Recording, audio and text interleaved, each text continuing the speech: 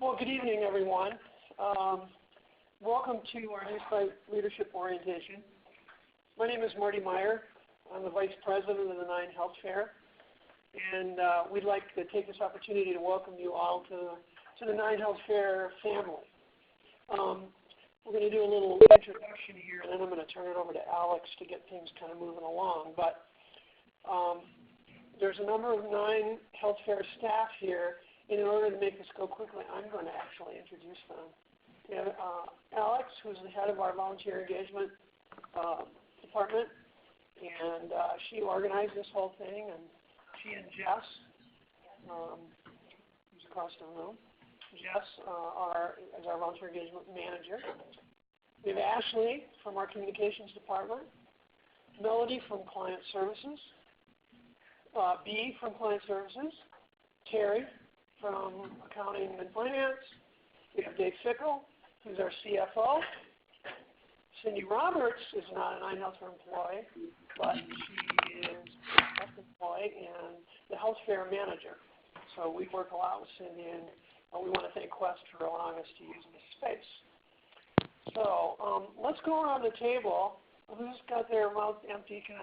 Would I be picking on you? Let's go ahead and introduce yourself and what site you are. Awesome. Welcome.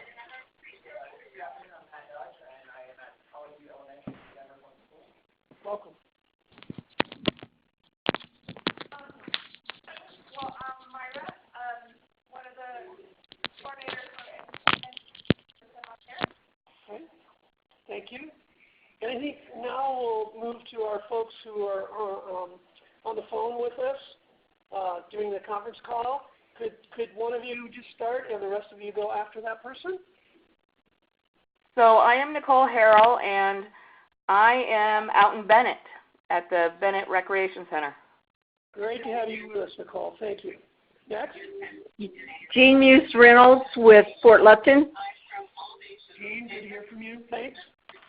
Thank you. Is that everybody? Barbara. Barbara and Sarah? I'm here. I don't think anybody can hear me. I don't know. No, we can. We can hear you. We can hear you. Oh, okay. I'm Sarah. I am the medical volunteer coordinator at Columbine United Church. Welcome.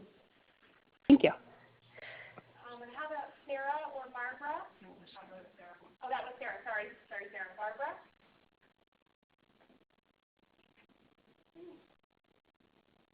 Okay, well, we will introduce anyone that pops in. We hear the beep when they come in, and we'll check in with you and get you introduced. And so that, I really want to talk a little bit. As you know, the mission of the 9 Health Fair is to help people take responsibility for their own health. That is very much an important part of what we're asking you to help us do. Informed consumers make better consumers and better patients. I'm a PA by training, have been a clinician for almost 40 years, and the patients who I think do the best are those patients who have the capability to ask pertinent questions and understand more about their disease and or treatment. It just works a lot better for everybody involved. And that extends to prevention and all the other things that we try to do at the 9 Health Fair. So that mission is really, really important to us, and you are all critical in helping us carry out that mission to the people of the state of Colorado. So once again, I want to thank and welcome everyone for being here. We hope this is informative for you and that it's helpful. I think, Alex, if people have questions, we just as soon have them ask in the moment, or do you want to wait until the end of a certain presentation, or how do you want to do that?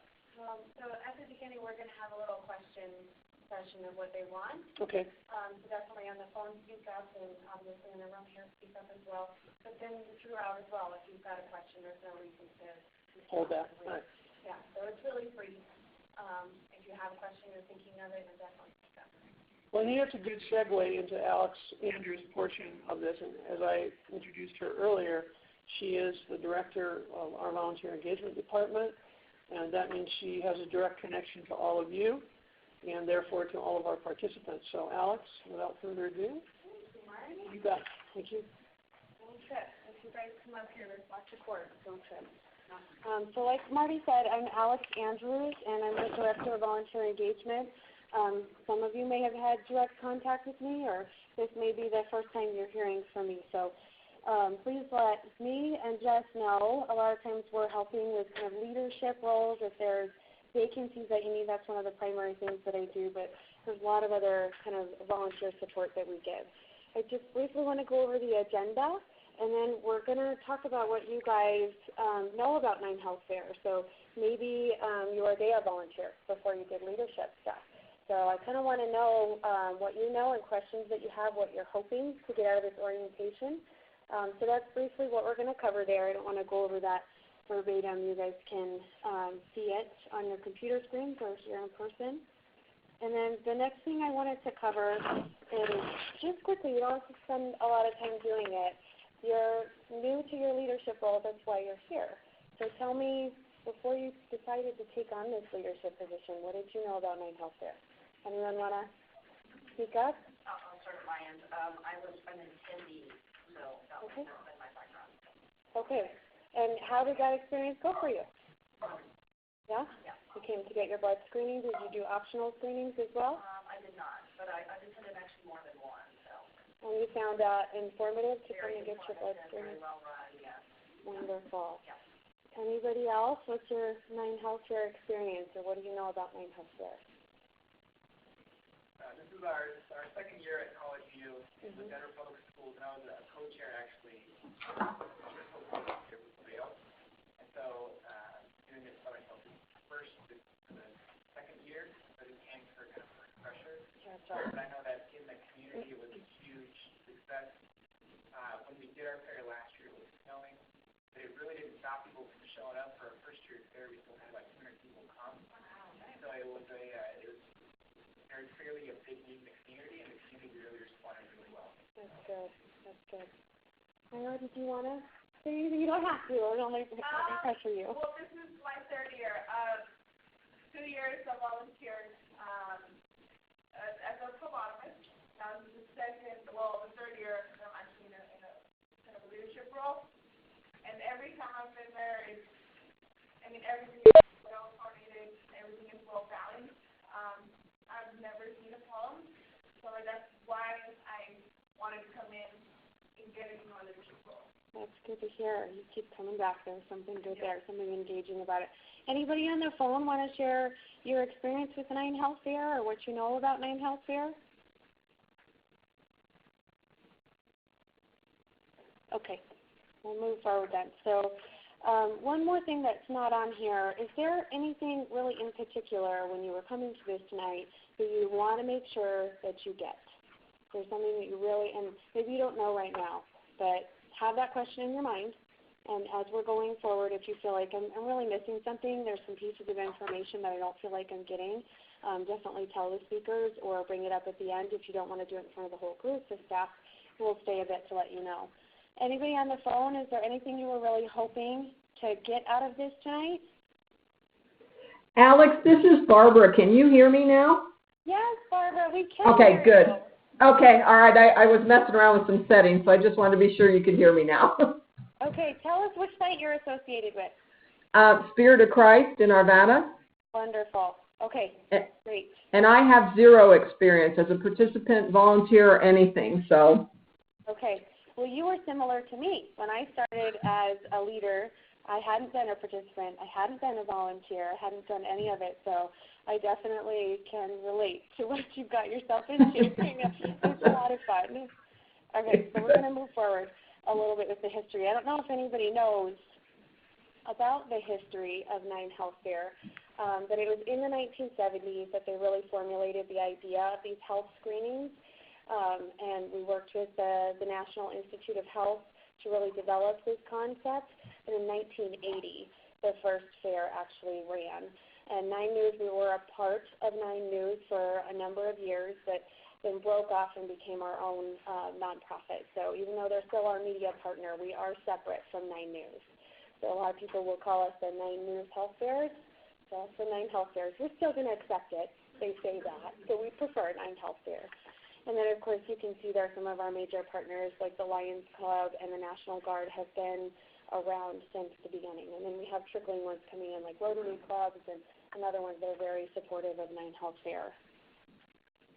So some of the different programs that we have currently are in the community fairs, and that's really what we're talking about and focusing on tonight, to make sure that the fairs that our leadership volunteers provide and the staff support you in providing are those in the community 9 Health Fairs. So those are now spring and fall. They originally started as just spring fairs, and in about 2008, we started the fall fairs really to kind of accommodate a lot of the Latino population in Colorado. They really wanted that family-oriented kind of fair. We weren't offering that in the spring. It was just an adult fair. But now it's year-round. So I don't know if you guys know that. As of last spring, that was the first time you could have both. So we'll be talking about your fairs can offer children's and adult screenings. They can be both. It's really up to you what you think your venue can handle and what you think your community members want around your fair. We also do have some corporate fairs. So we're still kind of developing this. It's kind of in its infancy. We reach out to different organizations, and we have staff in the office that specifically work on developing these corporate fairs. So these are not open to the public. They're typically working with employees to make sure that the employees have access to 9 Health Fair services. And it's another avenue that we wanted to make sure to offer. Some of the time we don't get people. They're busy during their workday, and they're busy on the weekends, but maybe we can sneak in a little time with them when they're at work and get them to, and their employers can help support them in that to keep them healthy. Do you guys have any questions about the history of the programs at 9 Health Fair at this point? Okay, we'll keep going. Moving forward. Doesn't like me. There we go. Okay, so we're going to get into more of those community-based fairs that you guys are helping us to run. The volunteer,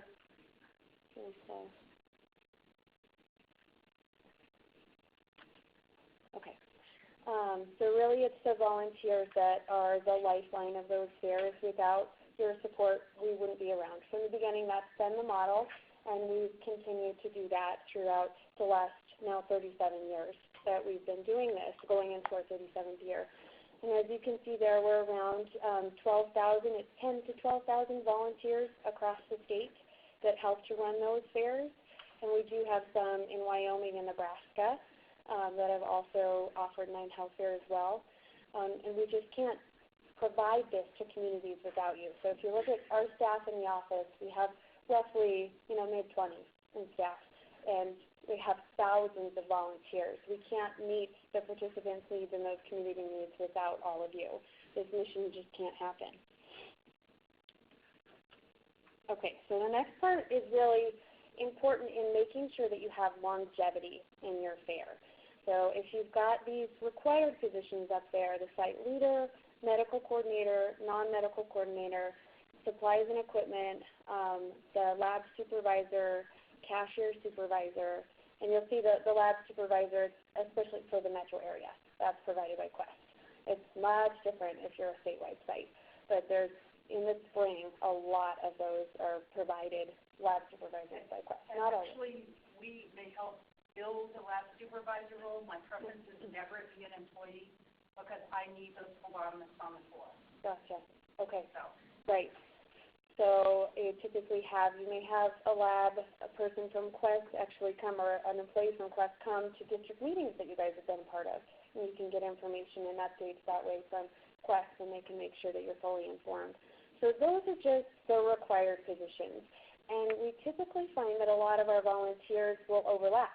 The site leader may be the equipment and supplies coordinator, and they may also be the non-medical coordinator, and they're fulfilling multiple roles. We've really found that our sites just burn out that way. They can't keep going. There are some sites that have been quite successful when they have either co-leaders, or maybe they have a site leader for 2 years, and then they rotate, and they let someone else do it for a couple of years, and they come back into it so they don't burn out. So really think about these concepts and ideas, because we want to see you guys stay.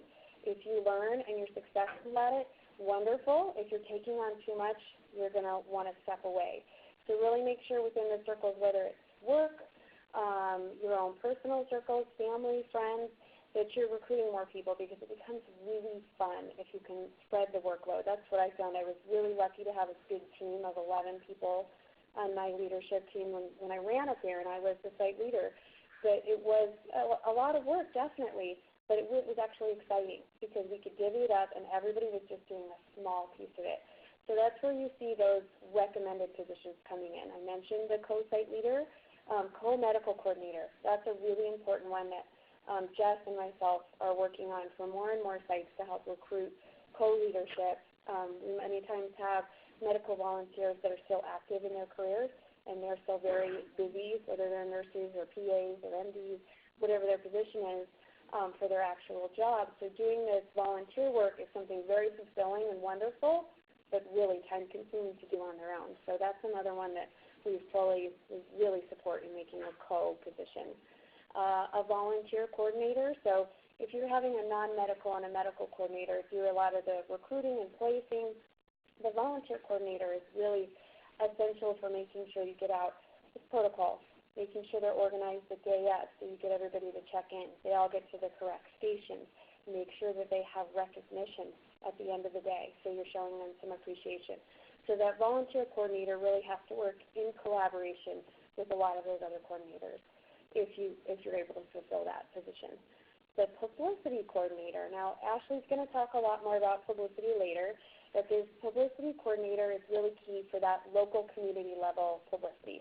Our 9 News and other media partners and in the office, our communications department is doing global level publicity, and they're overarching all of your sites, right, over the metro area and the whole state. So when you have a publicity coordinator or team members that are taking this on, you're going to have a lot better turnout because you're reaching out to people that are specific around your site, right? You know that your community members, if you live or work in that community, so that publicity coordinator is someone that's really key in getting your numbers up and making sure that we're meeting our mission, right, of serving the people in your community. The medical and non-medical trainers are really day of. They're going to help you with your assigned volunteers at different stations and screenings to make sure that they know exactly what they're doing. So if someone hasn't done online registration before and you have an assigned non-medical coordinator, you know that you can rely on a volunteer that day to get your day of volunteer set up and ready to go. So that's another position that's really, instead of the site leaders and non-medical and medical coordinator running to get to everybody, you've got another set of people working on those things. I don't know if anybody knows what the interactive education centers. If you're a returning kind of leader, then you probably know that those are like information booths, right? You've got information from community agencies, and we have a list of approved interactive education centers. It's really nice. It's one thing that I had a coordinator for IECs at my fair, and that's another piece that I didn't have to worry about it. Just one person, that's all she did, that's all she took care of. And then a food coordinator. So this is something we call optional. It's really across the board. There's food at every 9 health fair. So it really is something that we consider as more required, but it's not when you fill out your steps 1, 2, and 3 in our application. It's not in there. So it's actually considered a recommended position. Does anyone have questions specifically about any of those or anything about the recommended or required positions? Anybody on the phone? Okay, we're going to move forward then. Okay, so still on that volunteer kind of leadership thing, creating and practicing these recruiting and training for these future leadership will really help to run a smooth fair. That's just what I mentioned before. If you're taking too much on yourself, then you're going to see burnout. You're not going to want to keep going. It also helps with the expansion of this leadership team on those mid-level positions. A lot of those you could see when I was mentioning in the recommended positions. So there may not be someone that was crucial during the 3 months before the fair and the planning, but the day of, they're really essential. And then last on this slide is sharing best practices for volunteer recruitment and appreciation. This is really what you're going to get when you go to your district meetings or when you talk with your liaison and your liaison and district leaders come and share with you. They're going to hear over years of doing it what they've heard works well. So we share that with each other. If something works really well, make sure to pass that on.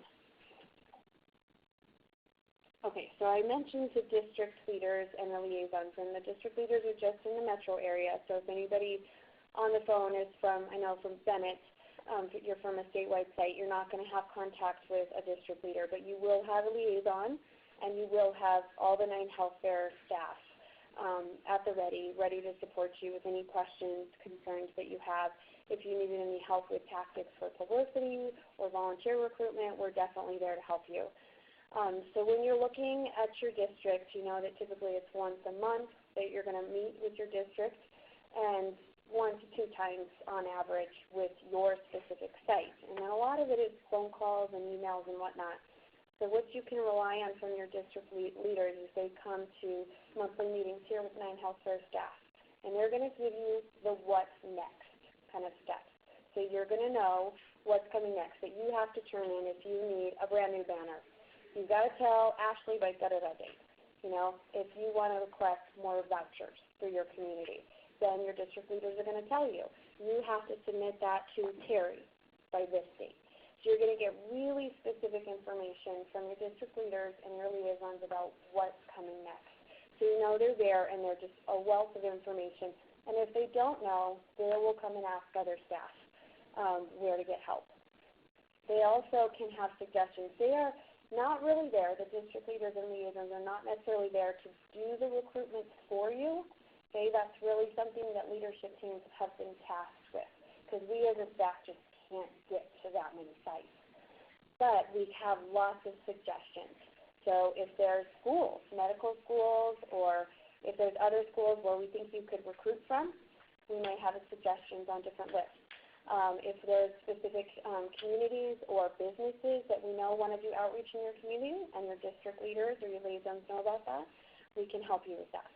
So just want to make sure that that's something that you know the difference between them. They're not necessarily there to do recruitment. Some of the time there are districts that specifically have, like for Adams, I can speak for that one. We have someone that actually works at a community college where she helps phlebotomists through phlebotomy school, so she knows the graduates. She can actually help recruit. Some of the time they may have contacts like that, so it's specific to what district you come from. Next, I think we're back to Marty, but I want to make sure anybody on the phone or here, do you have any questions about district leaders or other volunteer information I spoke about? Okay. So Marty is going to talk about elements of a basic fair. Well, thank God you have them up there. I'm going to do this off of memory, and I get it most of the time, but not 100%. So, the basic adult fair, in actually minus those blood draws, it's also a basic children's fair. So we'll talk a little bit about the difference between an adult and children's fair. We're all going to be children friendly, but that can be in a variety of ways. The most basic way is to just make your site kid friendly and have a little place for kids to hang out, coloring books, maybe some teenagers to kind of keep an eye on things, that sort of thing. We'll talk a little bit more about that in a minute. But a basic adult fair consists of all the blood draw screenings, and you already know what those are. And I don't want to steal anybody. Are you going to talk about, somebody going to talk about the different blood tests specifically? No. Okay, I'll just go through them real quick. So we have a chem panel, which is kind of the basic thing that we recommend to essentially everyone that comes.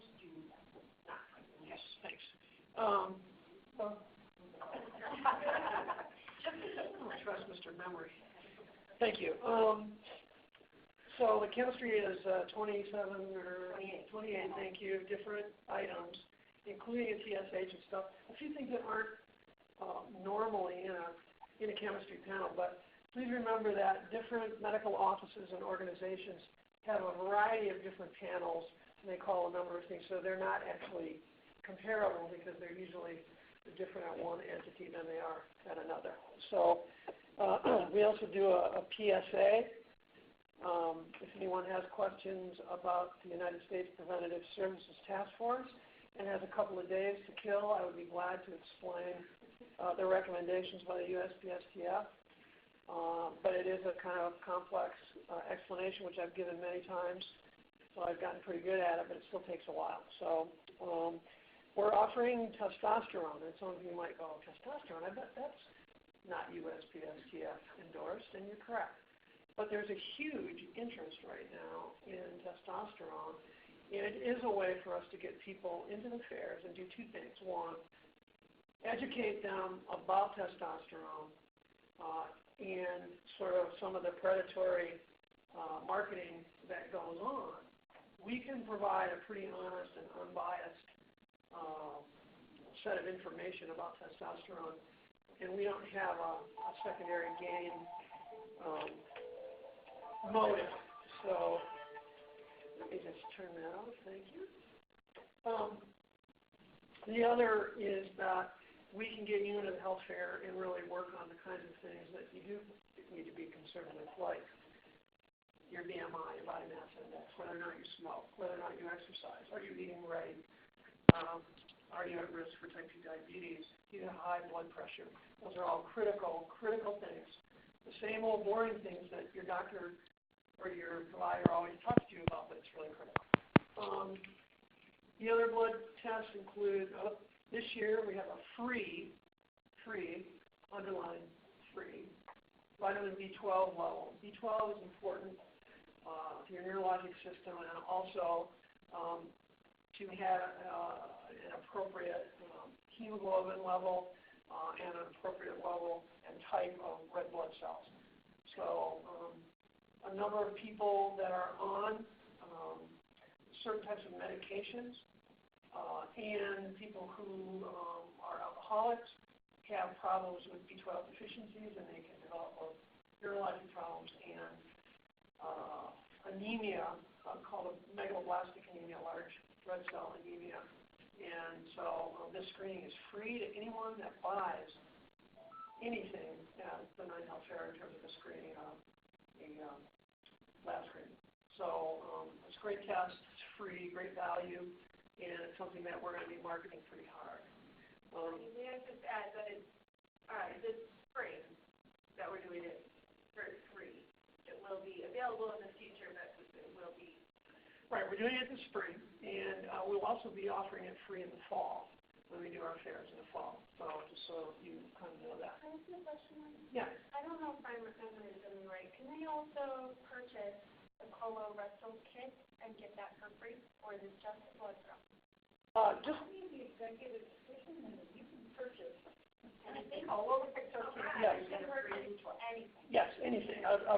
Yeah, if you just bought the FIT kit, the colorectal screening kit, you absolutely get a free B12. But the only caveat to that is if you go in with the thought that you're only purchasing the kit, you still then have to get a in blood line draw. for a blood draw. Yes. You will need, so they need to know that the B12 is free, but it involves a needle being inserted into your antecubital fossa, if you wanted to use the correct terminology. So we offer the blood cell count, which I talked a little bit about in terms of B12 and the impact there. It's important to also note that on the testosterone test, we offer it for both male and female patients, and you should know that there are a number of entities for both genders that can be impacted by testosterone levels. In fact, one of the first signs of polycystic ovary disease is an elevated testosterone level in women, and so there are a number of things that it's helpful in diagnosis. And we have no desire to get everyone on testosterone supplementation because it's very expensive. And to be honest with you, that's what the low T centers are trying to do, is to get you on testosterone because it's lucrative for them to do so. All right. The other basic screenings are blood pressure, which I think everybody understands. Blood pressure is a risk factor for heart disease, diabetes, and all kinds of stuff. Height, weight, BMI. Your body mass index can give you an indication of whether or not you're at a healthy weight. But you'd be surprised at how many people aren't aware that they might be a little overweight. The BMI is a way to quantify that for them in a way that isn't as threatening as describing them in a way that wouldn't be very flattering. So the BMI is a useful construct in starting that conversation. We talked about the FIT kit and colon cancer education. The FIT kit is extremely sensitive to DNA testing for blood in your stool, which can be an indicator of colon cancer or colorectal cancer. So it's an important screening test, and it is USPSTF recommended. We also have a station called Ask a Medical Question, Get a Referral. It's at the back end of the fair. This is a place where you can get any questions answered that you have that may have come up during your visit to the fair, and it's a very popular area. We also, you must have a first aid screening area, and anyone, any primary care person, a PA, a nurse practitioner, a doc, EMTs, whatever you can get, those are great people to staff your first aid station. So that's the basic adult fair. Do I have a screen for the kids fair? And am I just hitting enter? Uh-oh. I broke it. It was the internet. Oh, Marshall, this is a PowerPoint. Thank you so much. Well, now you see, I even had the list, but I forgot about it. Oh, I just thought that in case Thank you. somebody was thinking, oh, they're not. Yes, the other thing, of course, is we don't want to forget about vitamin D. Vitamin D is the sunshine vitamin. Since people are using tons of sunscreen and wearing hats and shirts and other mugs to block the sun, in this country, measuring vitamin D level is kind of a good idea, especially if you protect yourself diligently from the sun. Your vitamin D levels in the winter will go down. I promise you that. Hemoglobin A1C is a better test than glucose for your diabetes risk. It measures what your glucose is doing over time. The glucose is just a snapshot at one point in time. The A1C gives you a much better look at kind of what you've done over the last couple of months. So we use it to monitor people who are diabetic because it really gives us a sense of how well their sugars are controlled. So, all right. So we talked about the kids' fair, and there's several ways. Every fair needs to be at least kid-open, kid-friendly. We do not draw blood on anybody under the age of 18. We occasionally have angry parents who want us to draw someone, but it's just our policy and our insurance, our liability insurance is an issue here, and we have to adhere to that. We may not be insured if something is 18, and so it's actually a pretty important kind of thing. We just can't under 18. So the basic kids fair. The first thing is kid friendly. That's step one. The second is to do a basic kids fair, and that includes the same as the adults. The blood pressure, height, weight, BMI, ask a medical question, get a referral. And then you can do the sort of really open kids. There's an additional 10 screenings. All of them are free. And you can do those screenings to speak to your district leaders or your liaison about these. They are available in a resource guide, and we can get you all the information you need should you desire to have a children's fair that's more inclusive of all kinds of testing. Is that the end of mine? Are there any questions about the screenings and a basic fair versus a more advanced fair? Alex? I wanted to make sure that everyone knows that we're offering the testosterone and B12 infusion. They have really well-tested medical in it.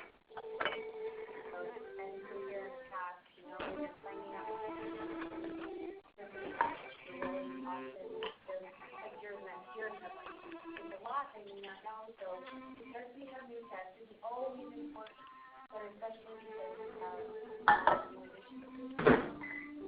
More importantly, really, we're ready.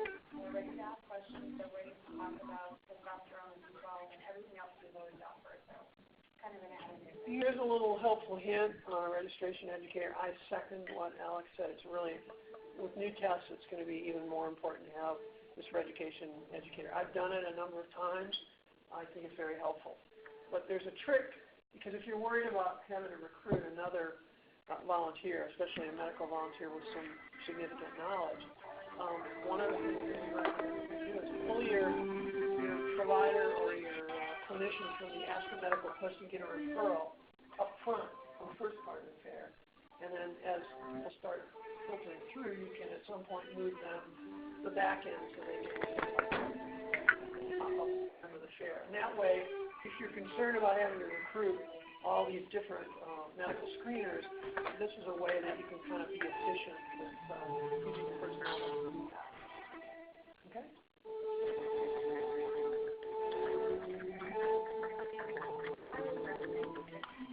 That you still have kind of a stationary or workout area to have, different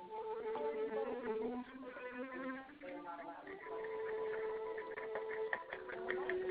Okay. Any other questions? Okay. And I'm going to turn it over to Melanie Ryan. Artie? Yes. Does somebody have us on hold because I'm hearing a lot of background music, and it's making it hard to hear you guys. You This can webinar sucks. ask people, if you're just listening, you can mute your phone. I can mute them here, and then they can raise their hand. Oh. Yeah, I think if you mute your phone, that will take care of that background music. I'm sorry about that. That's okay. It stopped now. Gone? It has stopped now. I don't know. I bet you somebody muted their phone, and that's... Or had us on hold. Yes, exactly. All right, Melanie, all yours. All right. Hello there. My section is relatively short. I'm going to talk about some of the things we offer. Nine Health Fair will give to you. I do have a few visual aids here in the meeting room, but I promise that everybody on the phone, you will receive this through the mail if you haven't already, or by your district leader. It goes to each site leader. And we do offer site grants for every site, and the amount depends on how big your site is. We haven't determined the exact value yet, but you'll be receiving site grants for statewide sites the end of February, and for metro sites the beginning of March. Along with those, we'll give you City Market, King Supers cards, and there's very few remote places that don't have a City Market or King Supers. Then we'll actually send you a little bit larger of a site grant check. But that's mainly to help you with food, costs of running chairs or tables for your facility, anything that has to do directly with your fairs and your volunteers. We just ask that you keep track and send us your receipts when you're done. Terry will provide us with, and Dave, but it's really Terry that does all the work on it, is vouchers. Sorry, Dave. He gets all the glory. She does all the work, right? Yeah. Terry does the work. Vouchers to hand out to community members. We typically send 3 to every site, but you can absolutely contact Terry and request up to 15, and these are vouchers with free blood chemistry. So that if somebody comes to your fair and they just really want to, can't pay, or if you want to encourage somebody to come, those you can hand out ahead of time. Those will come at the same time as the site grants and King Supers cards, which are mailed together either statewide end of February or beginning of January. I apologize, Carrie, you're correcting me. Those sent out separately is I send vouchers that they are for the site leadership team. Each site leadership team gets 5 to spend amongst themselves. The community vouchers look exactly the same, and that's why I just confused it. But you send it in, and out separately. Okay, and do you have time within several weeks before their fair? Several weeks, yeah. Okay. I apologize for that. It's easy to confuse.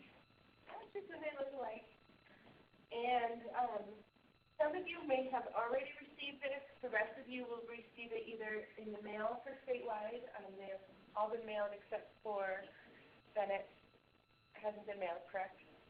We have not mailed Bennett yet. We were waiting on some information. But everybody else will receive a collateral package. And for district people, you'll receive, for Metro people, you'll receive it from your district leaders at your next meeting. They all have them in hand, and it's your tax identification information, a letter signed by our president, so you can submit, you can get the tax exemption from a nonprofit when you buy goods. We have Ashley is kind enough to create these posters. They're on real nice paper, as you can see, for 9 Health Fair, and they're in English and Spanish. You receive those as in your package. And all of this is also available on the website under the resource list, or resource library. Let's see. Two other things, we give you letterhead, 9 Health Fair letterhead, blank, so that you can send that out, envelopes, and you'll go over it, but you do receive this in your packet. It's a local publicity checklist, and that is what Ashley supplies. I just wanted to mention a few more things about what tools we give you.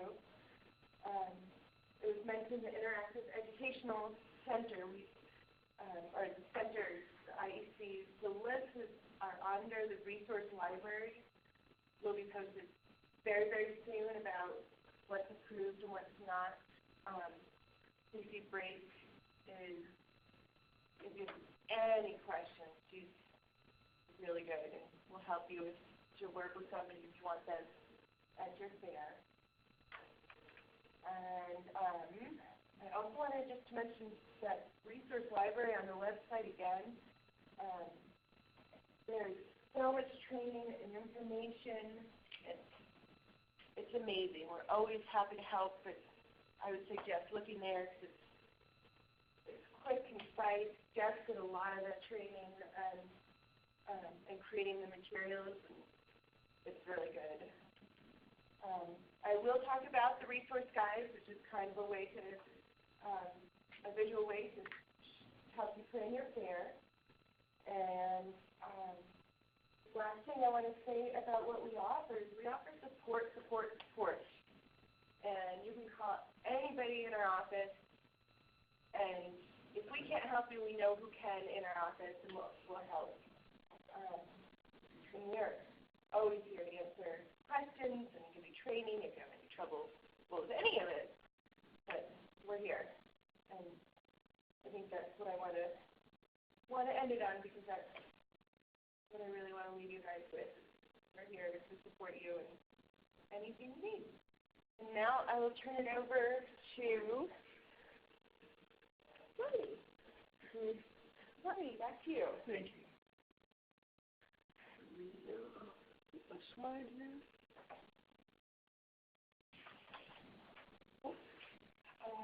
Oh, you already did it. Hey, I'm just trying to read these. Oh, it went one far. There we go. So, getting started with your medical screenings. Everyone's most nervous, for you new folks, everyone's most nervous about recruiting medical volunteers. And so, these are just a few helpful hints that you may want to have. First of all, you have to have a medical coordinator in place. That's always helpful to start your medical screening. Somebody that can have some judgment about whether or not somebody's qualified to to perform the screening. Now, I will tell you that our screenings are pretty basic, and that, you know, you don't need to be a neurosurgeon to do any of the things that we do. You just need to have basic medical training. We always like to have clinicians, if we can, doing training, PAs, nurse practitioners, docs, advanced practice nurses, RNs are all perfectly acceptable for the training. There's a couple of specialized trainings if you're doing extra screenings like skin screening, where ideally we'd love to have a dermatologist, but good luck with that because it's tough to get dermatologists to come. But primary care people are trained to look at skin lesions and advise people appropriately.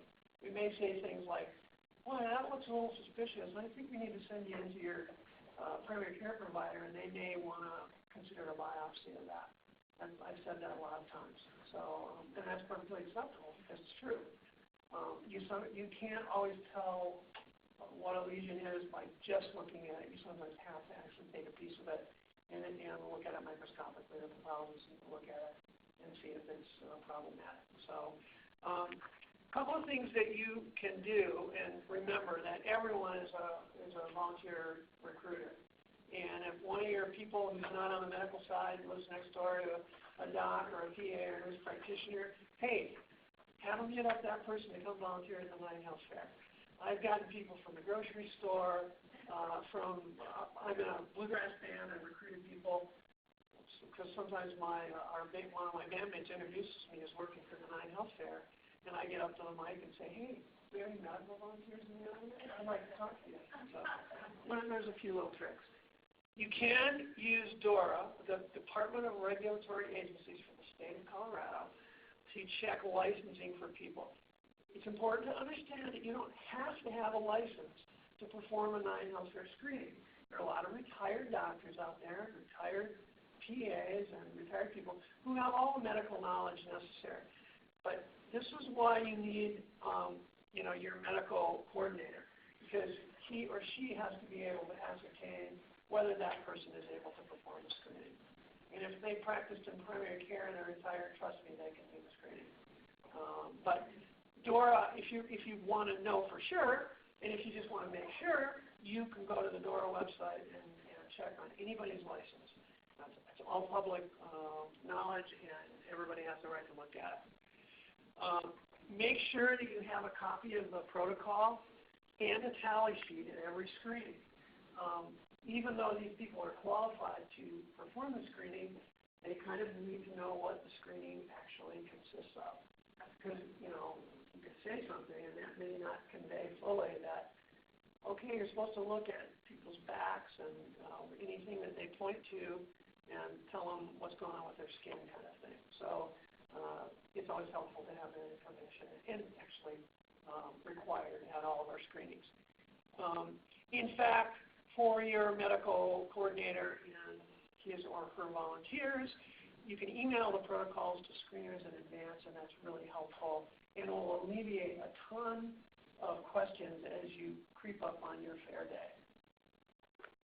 So that's really about all I have as it relates to getting started with your medical screening. This is the area that people are most concerned about, and it's important that you have a good, strong medical coordinator and or a team in place to help with this. Are there any questions about medical screening that I can answer?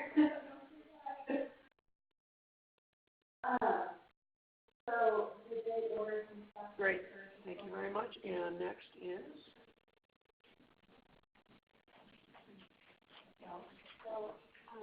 This is Alex again.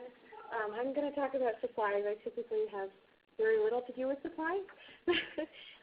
The people in our office, Dave Quintana and Dane Linder, that will help coordinate making sure all your screening and things that go in your registration area are all delivered to you. Derek's not here, so I'm going to do this today. So your banner is actually something that Ashley Atkinson takes care of this for you. If you have a banner that's in good condition, correct everything I say, Ashley, okay? If your banner is in good condition, then you're only going to get date stickers, and that happens approximately 3 to 4 weeks before your fair. You'll receive those date stickers. And if your banner is not in good condition and it's falling apart, then you need to get a hold of Ashley and let her know that you want a new one. What's that date that you need to know by? February 1st. So that's creeping up. That's next Wednesday. So if your banner is not in good condition, tell Ashley. And I just want to mention to everybody something. When I was a volunteer and running this, they were telling me all the time people's names. So for this, contact a different person for that. And it got really overwhelming, right? Because it's good for me now because I work with all of them. I know them all now. But as a volunteer, I didn't see one of them. So your fallback is always your liaison, okay? If you're not sure who to contact, you contact your liaison and tell them what you're in need of, and they'll make sure you get to the right person, okay? So don't panic if you don't remember all these names we mentioned. Doesn't matter. Just remember your liaison. And then for your actual equipment and supplies that 9 Healthcare provides, Cindy Roberts is going to talk about lab equipment next. The equipment that we supply for all your optional screenings are delivered by the Colorado National Guard approximately 2 to 3 weeks before your fair date. The Colorado National Guard is going to contact your equipment and supplies coordinator. So whoever is listed in your steps as the equipment and supplies coordinator is the person that's going to be contacted. And they will set up an exact time and date. So that just gives you that approximate time, but the National Guard will pull that in so you know exactly when it's happening. And if you have any concerns, again, contact your liaison. I would say contact specifically Dave Quintana. He's our warehouse manager, but sometimes he's not reachable, and that's one more name that you have to memorize. So tell your liaison if you have any concerns. Make sure to tally everything as soon as you get it, okay? Because if anything is missing, we want to know right away so we can get it to you, especially for statewide site, because then we have to mail it, but of course for the metro sites as well. Want to make sure you have your stuff in plenty of time. Next, we're going to have Cindy Roberts come and talk to you guys about the lab equipment and supplies. Okay, thank you, Val. You're welcome. Okay, so Quest Diagnostics is going to ship all of your supplies to the laboratory area roughly 2 weeks before your site runs. They're shipped, actually that's with UPS and it's actually Federal Express. It is critical that when you're filling out your site information for 9 Healthcare, that when you list the laboratory equipment address, that it is very accurate and it has to be a business. Because there's needles involved, we cannot ship to a residential address, and they use a zip zone match in the computer system. So if you think, I'm just going to say it's a business, but it's really my house, they won't deliver it. So, and generally we don't have any problems with that. And if something comes up, like it's less than 2 weeks and you still don't have your supplies, please give me a call. And we'll check on it. Our vendor, we have we connect to their website and go through their tracking tool. Inventory your supplies when you get them. So 9 Healthcare is who really provides the amount of supplies you're going to be getting for your site. A lot of the information is historical, so I want every site, when they open their door for their fair, to know that they have no needs. They're going to be able to run their entire site with not running out of anything. And we're very strategic about that. So, and generally, we have a really good track record with that. We will send, in the kit that we send, it is called a 100 kit, because the theory is that we have 100 supplies inside the kit. With just my box and a table and chair, you can draw 100 people. We've got tubes, tourniquets, Band-Aids, or not Band-Aids, gauze, tape, everything that you need. Centrifuges. So there are 2 types of centrifuges that Quest provides. Generally in the metro area, well, not generally, in the metro area, you're going to get it's called a small H centrifuge, and you get anywhere from, depending on the size of your fair, probably 4 to 15. And they're very self-contained. You just turn them on, they're already pre-programmed, they spend the amount of time that they need to. Statewide sites, in some of the larger venues, we send them a larger centrifuge because they see a lot more people. and it always takes time to get the centrifuge, or get the tubes all centrifuged. So by default, they get the bigger one. Your flow is done by 9 Health Fair, and I believe Dane and Dave figure that out. So they're done by districts. Statewide, Quest sends those directly to the statewide site. Now, we don't have enough centrifuges to be sure that we send those 2 weeks before your site runs. So in many cases, you may not get them till 2 days before. So don't panic. But certainly if you have a question, give me a call. I'd much rather get 100 calls, a week before your fair than the morning of, when I have very few resources and very little time to get you something. So anything that comes up, please let me know. Do you have any questions for me about the supplies or centrifuges, anything else for the lab area? No? Okay, thank you. This is Dave Fickle, and I'm the CFO for 9 Health Fair, and we're going to go ahead and talk about cashiering. And the first thing we'll do is talk a little bit about statewide cashiering, because some of the processes and procedures that we follow for cashiering are different when we talk about statewide versus the metro area. And so the first thing we talk about under statewide cashiering on the first slide here, all the cashier forms and supplies and so forth will be sent in a white envelope with the National Guard, and also there will be a training CD in there. In fact, we were just working on that today, and Terry's doing a great job with that, and it's very detailed. I think it has, Terry, 78 slides to it or something like that. And so it's a lot of detailed information and so forth that goes through the whole process. Also,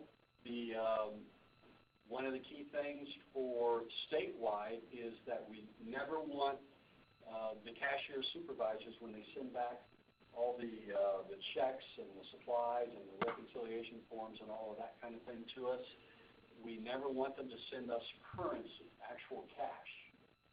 And so what we ask them to do is to convert any currency that they collect at the statewide fair, they'll convert that into a cashier's check, typically on Monday. Again, this is just statewide. And then they'll send that back, that cashier's check back, and that way it locks it up and it's made payable to 9 Health Fair and all that kind of thing.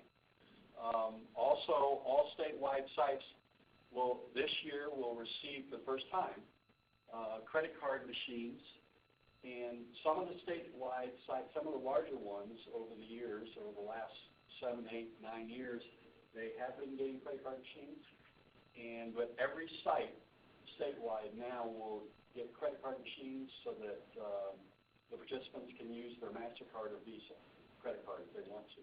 And we've been using those same credit card machines here in the metro area for a number of years. They're very easy to use, and we'll have some training directly with the cashier supervisors. So then we've got another slide here, and hopefully, did I do that right? You got to double click now. I got to double click, okay. All right. So I'll just say a few things about the metro cashiering. And the first thing is that I will organize directly with cashier supervisors and other groups, the Lions Clubs and the Rotary Clubs and so forth in the metro area. Every cashier supervisor, whoever is going to be the cashier supervisor and all that kind of thing. So we're able to do that in the metro area. I can't do that for the statewide club. Then in the metro area, we have in-person trainings, so we can accumulate a bunch of different cashier supervisors all at once. So we have 5 trainings that we'll do this year in the metro area, north, south, east, west, whatever, downtown, and so forth in our offices. We'll have 5 of those trainings, and I will be at every one of those trainings. We have a formal training program that we go through. Again, we do that because we're able to accumulate a whole bunch of cashier supervisors all at once and so forth.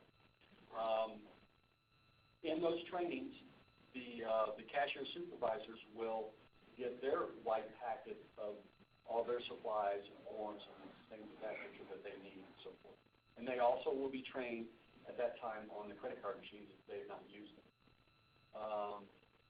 The other key thing about cashiering, whether it's statewide or metro, if you're a site leader or if you're a cashier supervisor, if you have questions, concerns, something is confusing or whatever, you need extra support, I want you to call me and let's talk. And I like to talk to as many cashier supervisors as I can because I want to know who's doing cashier supervising for each fair and so forth.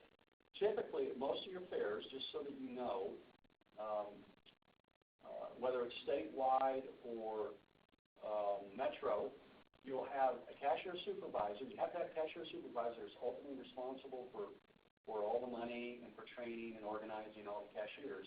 And then the cashier supervisor will have anywhere from, 4 to 7 or 8 helpers, volunteers that will help them at the cashier table and so forth. And that is dependent on the volume of that fair. So if you have a fair that has 700 or 800 people, you're going to have more people at the cashier table collecting money and so forth. So I think I just have 2 slides, is that right? I think, okay. So any questions about cashiering at this point in time? And tomorrow, if you think of some questions or something, call me. And there's my phone number right there. No questions? Okay. A really good segue actually into my next section. I'm going to start talking about tools that we offer, and specifically the resource guide. And why that is a good segue is Dave said, well, if you have any questions, call him. You may not have remembered that number or seen it. I'm going to talk about the resource guide. Section 1, planning, at the end, has every single staff person's information in here. Is that the new one? Okay. Okay. Correct. Yeah. I didn't see the new cover. Oh, no, I think this is an old cover. I got scared. You have to forgive me.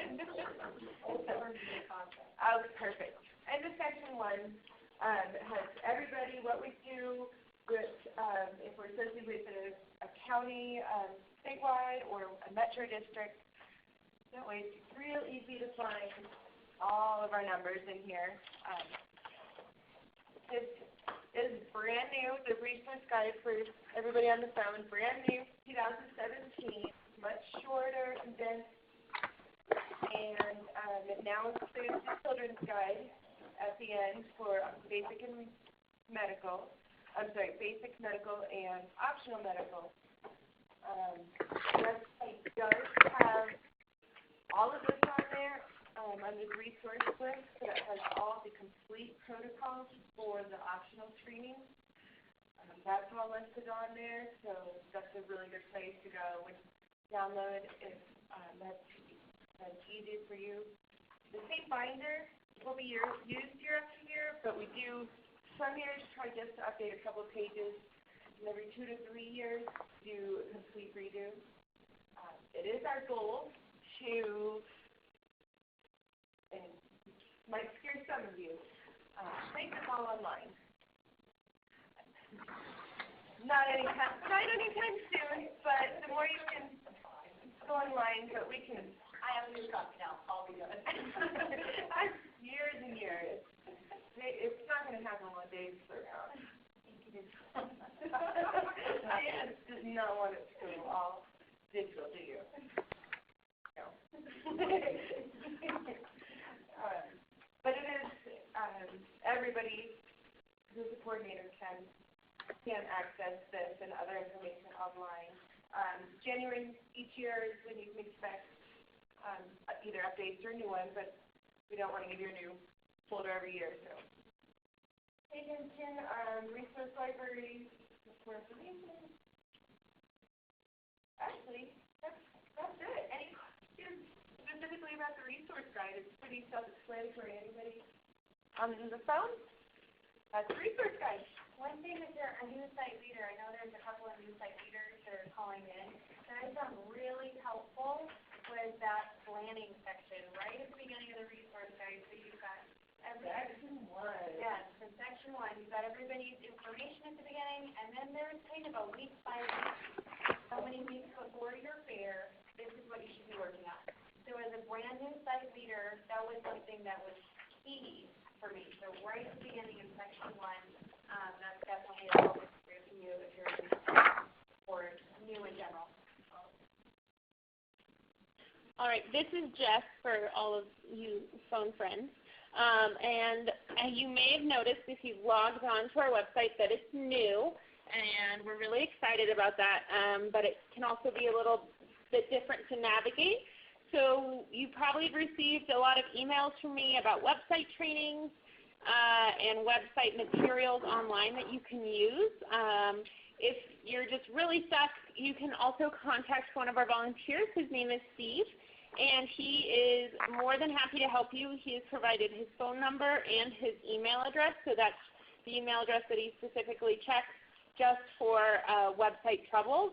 And he's also the person that's putting on all of our website trainings, both statewide and in the metro area. And then in the beginning of March, he'll be offering a webinar to go through things. If you have questions about any of those trainings or need help with anything, feel free to contact Steve or myself. Does anybody have any questions about the website? All right.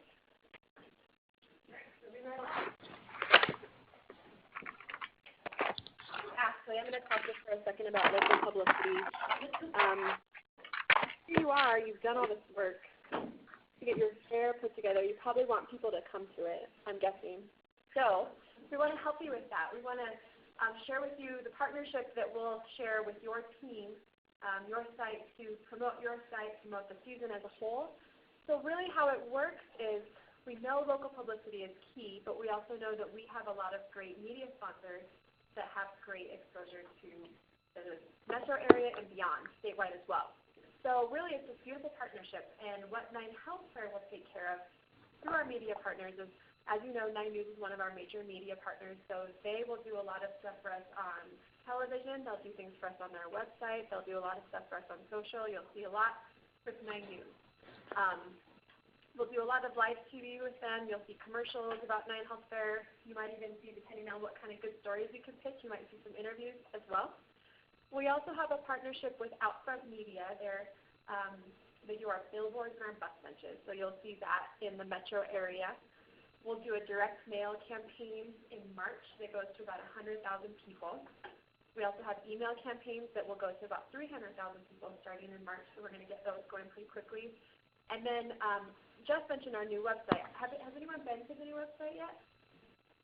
I hope you have. It's pretty great. We're really, really excited about it, and not only because it's pretty, but because it kind of brought us into this new century of digital age. So we have all these new opportunities because of this new website. And based on that, now we're doing a lot of more digital efforts. So we're doing Google ads, we're doing Facebook ads, we're searchable by Google, all these great things that we didn't have access to last year. So we're excited to share that with you, and hopefully you reap those benefits as well. So that's kind of what 9 Health Fair will do from this broad perspective, and we're always going to promote the season as a whole. It's really not good practice for us to promote individual sites. We want to just tell everyone, hey, it's 9 Health Fair season, go find the fair near you. And then that's where you come in. And we want you then to be there when they're looking to find the site near them. It might be yours. So that's where we think local publicity is so key. And we know based on some market research that we've done in the past couple of years that 75% of participants will go to a fair within 5 miles of their house. So really they're looking for something nearby that's close to them. So to help you out with that, I'm going to show you just a little example. It's called the Local Publicity Checklist. You may have heard it. You may have seen it. And we wanted to just make it a little bit easier for you to create a publicity plan. So this has made it, broken it into easy, kind of like bite-sized chunks. If you take it one step at a time, it will guide you through creating a publicity plan. And doing all of those things will then lead to great promotions for your fair. So as a great starting point, I would start here. Once your publicity coordinator has been designated, this is a great place for them to start.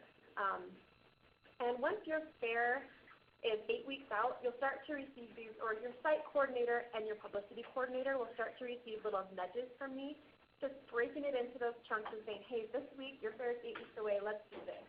Your fair is 7 weeks away, let's do this.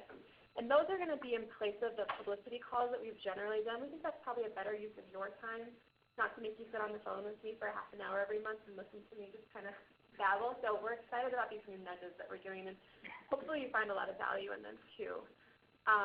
I also wanted to share with you that you might also be aware we have a new president, and with Gary, he's brought this whole energy of innovation, and I think that's only going to lead to benefiting you and your sites even more. Every week he's got 1,000 great ideas, and we're pursuing 999 of them. So we've got a lot of new stuff, and it's not meant to overwhelm you, but it's meant to benefit you. So we're really excited to start sharing these new ideas with you, even just using platforms like Facebook Live to be able to promote your fair and show people this is what's happening in Bennett, this is what's happening in Fort Lupton, this is happening in College View. So give people that kind of inside look into your fair where they might normally not see that. So we're really excited for this kind of innovation year and to share that with you. Any questions on local publicity? No, when Jeff was talking on the website, I probably should have asked this, but do people know about your microsite? Have you heard about that? Oh my goodness. Okay. So great. This is another feature of our new website. So every site has a microsite now. So if you are doing some online promotion for your fair, or even if you're not, you can say, here's the website for my specific fair, and it will have a map to your location. It has a little spot that you can customize and say, hey, we're offering Total Wellness Zone, or we're offering this specific thing. The beauty of it is that if you don't touch it, it's still fully functional. It still will give people information about what screenings you're offering, where you're located, the dates and hours of operation, but you also have the option to customize it as well. So that's a really cool feature that came along with this new website, and it gives you a little bit of control too. So instead of just sending people to the Find a Fair page and hoping they find your site, you can send them directly to your microsite, and they can register for your fair from that page. They can volunteer for your fair at that page. So it's a pretty cool tool. Once our Find a Fair page goes live next week, you'll be able to start seeing that live too. So, yeah.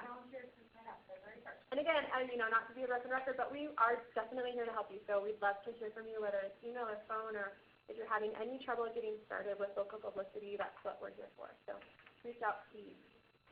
Any other questions about that? Cool. This is Alex again. So here's for people on the phone. I've just put it, our phone friends, I like that. Here's the second page of that local publicity checklist. And the spring season, 2016 spring season, was the first time our communications department instituted that, and it was really popular. A lot of the people doing publicity for the fairs found that it was really simple and helped them keep on point. So definitely a good tool that Ashley created. So we have a lot more trainings. Definitely don't feel like there's a lot here, but I just want you guys to know what else is available to you. Okay, so there has been one website training already last week. There are still 4 more left. So there's the dates for you. That website one, once that comes up in March 9th, Jess will have, it'll actually be the same information for those of you on the phone that access this webinar today. It'll be the exact same, it'll be Ready Talk and the exact same access code. But for those of you in the room, if you want to do a website webinar, Jess can give you that information if you would like it, or go to one of those in-person trainings if you need more help with the website and you're just not feeling comfortable with it. The new and important webinar, this one is really covering the basics. That's where we invite people if you're new in your role, okay? The new and important webinars are for returning leaders, so they should be much more highly attended. There should be a lot of coordinators at this, because it's anything that's new to cashiering, anything that's new to publicity, anything that's new to volunteer engagement, to screenings, anything we've changed. So you're going to get a lot of heavy detail in these new and important webinars. and they are an hour and a half long, and you can see at various times of day, so we're trying to accommodate a lot of people by spreading out the times of day that we're offering it. And then last, if you have a lab supervisor that is new or needs a refresher, those 3 dates at the bottom, they're all in March and from noon to 1:30. And then the last 2 slides I have are on some more, there's the webinar information if you want to log in. Don't worry about memorizing that.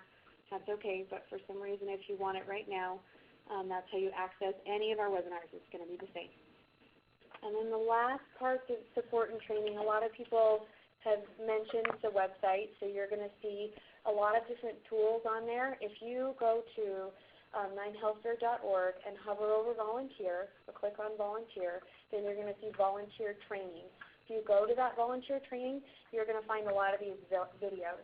So if you have a brand new team and they're not effective at speaking to a group yet, that how to facilitate an effective meeting, there's cashier training video, online registration that's unique to other registrations. So you could send that link to your online registration volunteers so they're ready to go when they come. There's website training guides that Jess has created and some more things on there. We're working on a few more new ones that we're going to be putting on there, a basic 9 Health Fair orientation and some sensitivity training as well. And then last, we've mentioned our district and site meetings. Those are obviously support to all your teams on an ongoing basis. Do you guys have any questions after listening to all of us go on for a while? Anybody on the phone? Is there any kind of lingering questions that you don't think we answered?